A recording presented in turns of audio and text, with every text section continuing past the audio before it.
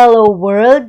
On TMC TV News, Angelina Jolie and Brad Pitt's son, Pax Jolie keeps playing with fire because he smashed his e-bike again, is smashing into a car and caused major damage.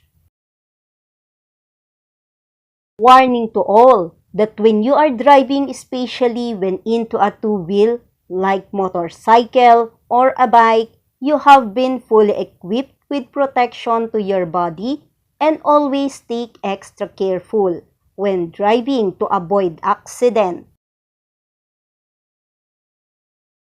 Hope Pax Jolie will gonna learn his lesson in here that he won't do it again. Thank you for TMC TV and Backgrid USA for the video. Wonderful day to all. Always like, comment, share, and subscribe on my channel. Thank you.